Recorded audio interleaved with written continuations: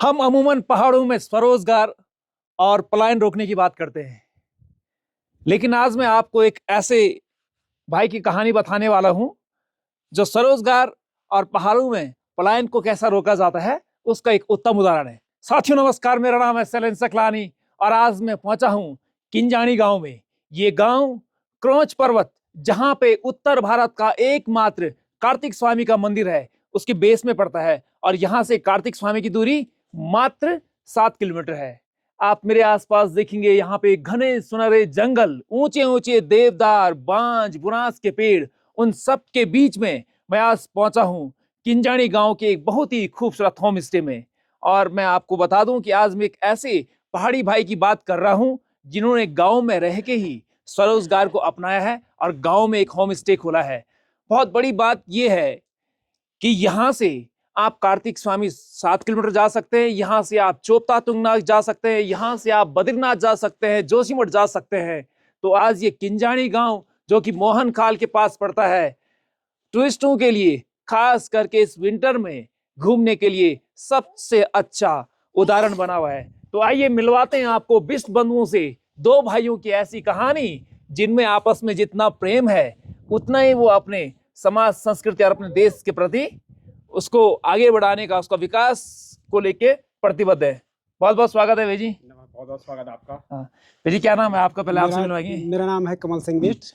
तो आपको बता दूं कि बिष्ट जी जो है बहुत साल पहले इनके साथ एक हादसा भी हुआ था और आपने आई थिंक बीएड भी किया हुआ है, पढ़े लिखे हैं, एमए बीएड है और उसके बावजूद ये स्वरोजगार कर रहे हैं। मतलब नीचे शहरों की ओर दौड़ने की बजाय आपने गांव में रह के जो स्वरोजगार किया है उसके लिए आपको बहुत बहुत बधाई है। धन्यवाद। तो एक एक्सीडेंट में इनका एक हाथ जो है थोड़ा इतना काम ढंग से नहीं कर पाता, हाथ चला गया था, उसके बावजूद इन्होंने जो है गांव में स्वरोजगार किया है।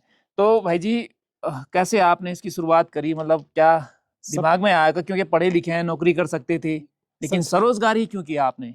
स्वरोजगार सबसे पहले तो आपके चैनल को धन्यवाद देना चाहूंगा। ये धन्यवाद के पात्र आप हैं। ये आइडिया तो मुझे मेरे छोटे भाई ने दिया, जितेंद्र बिष्ट ने, कि ये सबसे पहले से ही बचपन से इसने होटल का काम किया है। अच्छा। मतलब पहले से था, बीच में मैं भी इसके साथ चले गया था, तो वहीं से इसका अनुभव हमें प्राप्त हुआ है। अच्छा, तो आपको बता दूं मैं कि दो भाई हैं और जितेंद्र भाई छोटे भाई हैं। एक भाई उत्तराखंड में, जिसको हम मिनी स्विट्जरलैंड के नाम से जानते हैं, वहां पे कैंप चलाते हैं और दूसरा भाई अपने गांव में, इस किंजानी गांव में जो कि बेहद ही खूबसूरत गांव है, प्राकृतिक संसाधनों से भरपूर है, वहां पे अपना होम स्टे चलाते हैं। तो कैसा रिस्पॉन्स है यहाँ पे अभी? ठीक है।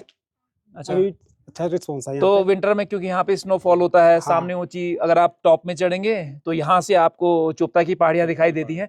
सबसे बड़ी बात यह है इस किंजानी गांव की कि जब आप सुबह उठते हैं और अपनी खिड़की खोलते हैं तो सामने हिमालय का बहुत ही खूबसूरत दृश्य आपको दिखाई देता है।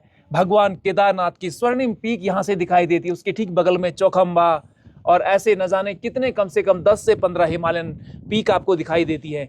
तो जब आप सुबह उठते हैं तो आपके मन को मोह लेता है ये दृश्य किंजानी गांव का। सामने देवदार, बांज, बुरांस के पेड़ और दूसरी तरफ ऐसे सुनहरे गोल्डन कलर के हिमालय आपको दिखाई देते हैं। तो अगर आप यहाँ पे आना चाहते हैं, मैं इन बिष्ट बंधुओं का नंबर आपको दे दूंगा। और क्योंकि टूरिज्म का जो सेक्टर है उसका जो फ्यूचर है वो अब गाँव में है, लोग अब गाँव में ज्यादा आ रहे हैं, बाहर घूमने की बजाय लोग जो है रूरल टूरिज्म जिसको कहते हैं, गाँव वाला जो पर्यटन हम उसको कहते हैं, क्योंकि लोग गाँव में आते हैं, गाँव का खाना खाना चाहते हैं, घर जैसा माहौल चाहते हैं घर के बाहर। तो वो आपको देखने के लिए मिलेगा इस किंजानी गांव में, इस बिष्ट बंधुओं के घर पे। सबसे बड़ी बात, जब आप इस होम स्टे में आते हैं तो आपको थोड़ा दिखा भी देता हूं अंदर इसके कमरे।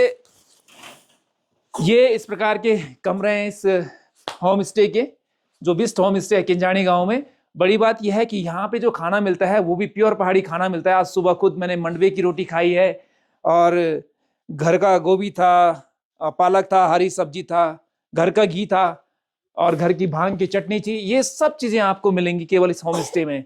तो जब आप यहाँ पे आएंगे तो आपको लगेगा कि आप अपने घर से बाहर किसी दूसरे घर में आए हैं। और ऐसे इस तरफ आप देखेंगे तो और भी बहुत सारे कमरे हैं यहाँ पे। कितने लोग रुक सकते हैं यहाँ पे? यहाँ पे लगभग 20 लोग। 20 लोग रुक सकते हैं। 20 लोग? अच्छा, 20 लोगों का व्यवस्था एक साथ है यहाँ पे। अच्छा, और साथ ही साथ आप अगर बाहर कैंपिंग करना चाहते हैं तो आगे बहुत लंबे चौड़े खेत हैं, आप देखेंगे सामने बड़े बड़े खेत हैं, वहां पे भी आप कैंपिंग कर सकते हैं। और मैं आपको बता दूं कि जो किंजानी गांव है वो समुद्र तल से लगभग 2000 मीटर है, लगभग 7000 feet above to sea level, और विंटर में यहाँ पे भी अच्छी खासी स्नोफॉल होती है। तो अगर आप भी सोच रहे हैं कि पहाड़ में किसी ऐसे गांव में जहां पे शांति हो लेकिन प्रकृति के बहुत नजदीक हो, तो आप इस किंजानी गांव में आ सकते हैं, बिष्ट बंधुओं के घर पे आ सकते हैं। बहुत बहुत धन्यवाद।